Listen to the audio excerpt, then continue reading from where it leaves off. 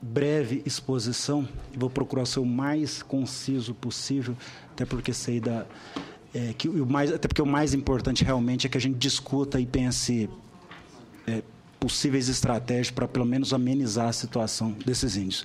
Eu vou ficar em pé se for o caso. Só o microfone vai ter que... Precisa de microfone. Então acho que é melhor ficar sentado. Deixa eu ver aqui. Bem, quem são os índios Cinta Larga? O povo Cinta Larga é composto de cerca de 2.000 índios, habitantes de 4 terras indígenas. Essas terras totalizam mais de 2.700.000 hectares e as terras estão presentes tanto no estado de Rondônia quanto no estado de Mato Grosso. Há uma breve história, eu vou até poupá-los dessa breve história, ministro, porque de certa forma já foi bem referido no vídeo que acabamos de assistir. Eu só gostaria de mencionar, a título de registro, há 100 anos houve uma importantíssima expedição lá nas terras indígenas do povo Cinta Larga, uma expedição composta pelo Marechal Rondon e pelo então ex-presidente dos Estados Unidos, Theodore Roosevelt. E é dessa expedição que surgiram muitos nomes lá da terra indígena, que estão presentes até hoje. Inclusive e principalmente o nome Terra Indígena Roosevelt, Garimpo do Roosevelt, é justamente em homenagem ao então ex-presidente dos Estados Unidos. Depois do massacre do Paralelo 11 na década de 60, nós tivemos o início da exploração de diamantes por volta de 99, 2000, e em 2004 nós tivemos o incidente mais lamentável, que foi a morte dos 29 garimpeiros nas terras em decorrência desse conflito interétnico. Quais são os problemas do povo Cinta Larga? Eu costumo dizer que o povo Cinta Larga sofre com todos os problemas que, se não todos, a imensa maioria dos povos indígenas do país sofrem, com um plus, com um agravante. Quais são esses problemas? Falta alimentação, falta moradia, falta estrada, falta saúde, falta educação, falta dignidade, sobra preconceito e etc, etc, etc.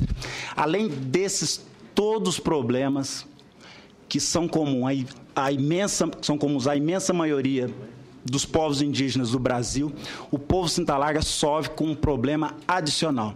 E esse problema é justamente a maldita exploração de recursos naturais das terras deles, com destaque para a exploração de diamantes. Esse é um problema gravíssimo, já provocou aí mais de uma centena de mortes e tem potencial para levar o povo inteiro à extinção. Então é um problema muito grave esse.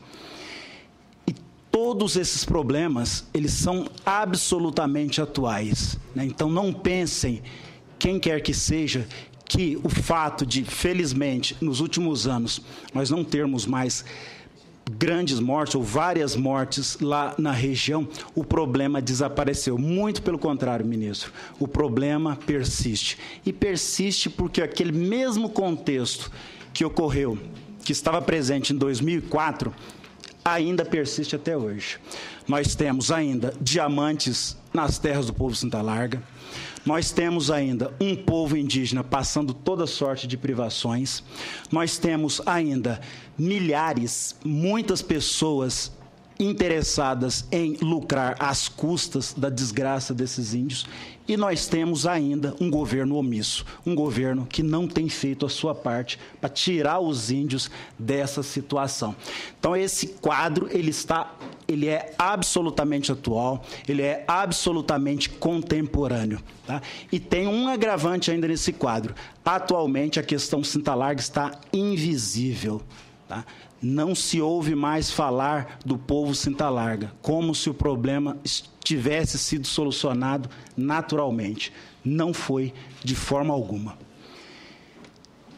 Esse garimpo, ele precisa ser paralisado, tá? Então, nós colocamos um dilema: como paralisar o garimpo diante da atuação do governo federal?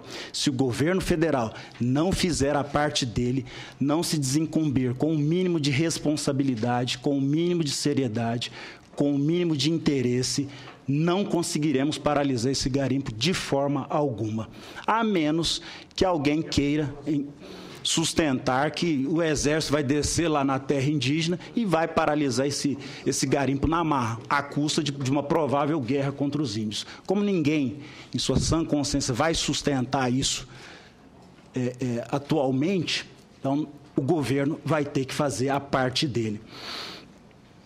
Nós temos aí alguns números, só para ilustrar rapidamente. Então, desde 2004, nós atuamos maciçamente na defesa do povo indígena. Então, nós expedimos 10 recomendações, fizemos mais de 100 reuniões e propusemos 9 ações civis públicas. Então, tem vários outros números, o que totaliza 2.466 atuações. Se os senhores me perguntarem o que nós verdadeiramente conseguimos nesses 9 anos de atuação, eu vou dizer solenemente, muito pouco, quase nada. E nós não conseguimos nada, ministro, porque falta justamente a espinha dorsal, a questão mais importante, o requisito sine qua non de virada dessa história triste, que é a vontade política do governo de resolver, ou pelo menos amenizar, os problemas desses índios. Então, na raiz de todos os problemas do povo Cinta Larga está, por assim dizer, essa atuação que nós chamamos de atuação pouco virtuosa do governo federal. E aqui eu trouxe alguns exemplos, ministro, para tentar ilustrar isso. Não teria a mínima condição de discorrer sobre todas as agruras, sobre todos os exemplos, sobre todos os relatos, sobre todas as evidências que nós temos a respeito dessa situação. Mas eu trago alguns números, eu trago alguns exemplos para ilustrar. No volume que foi distribuído está aí toda a nossa atuação. Nós temos relatórios, nós temos cartas, discursos, relatos, ações judiciais, recomendações, tudo isso ilustrando o que eu estou a dizer. Então, o primeiro caso que eu trago à consideração é a política absolutamente opressora do governo federal.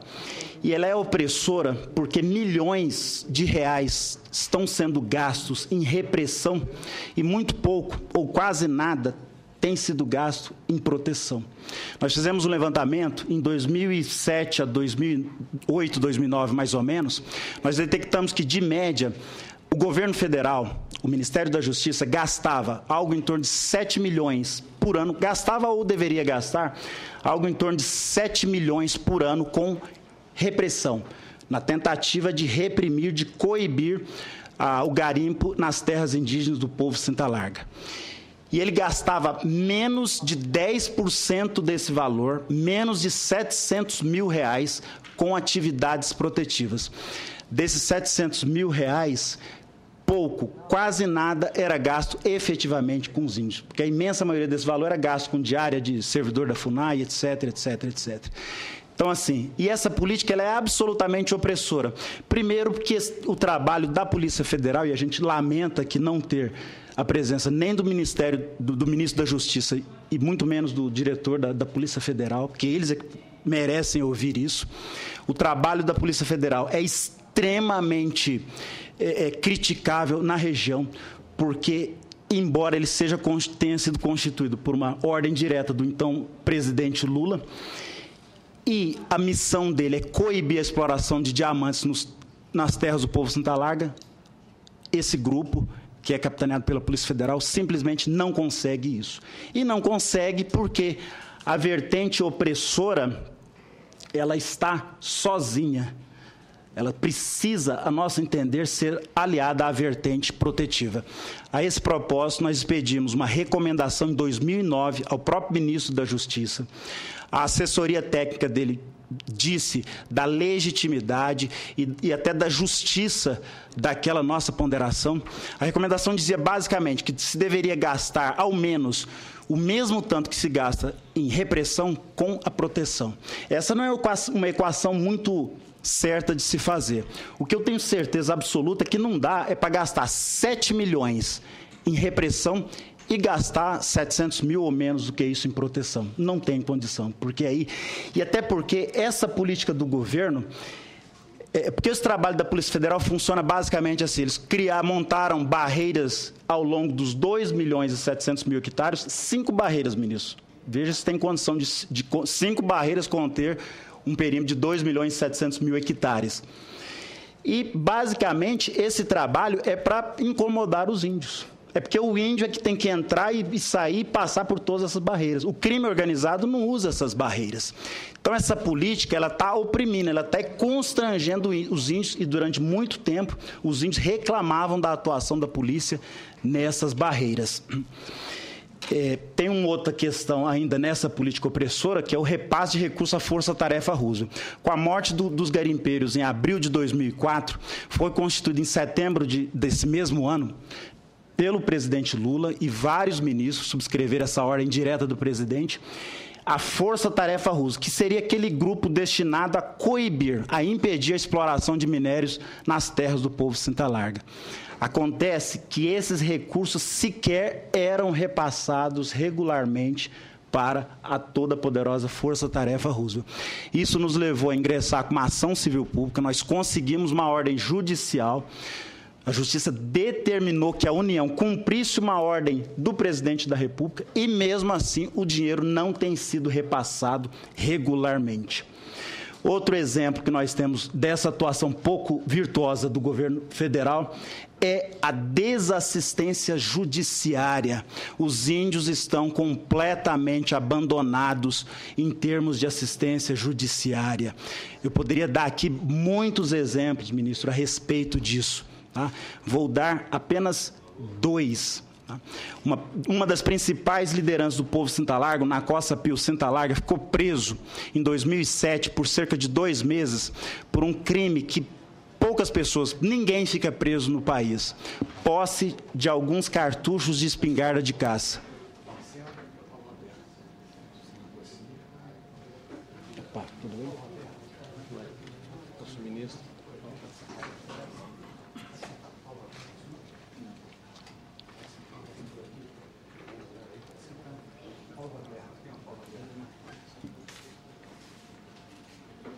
Nós já começamos, Marcelo, até para aproveitar a presença do ministro.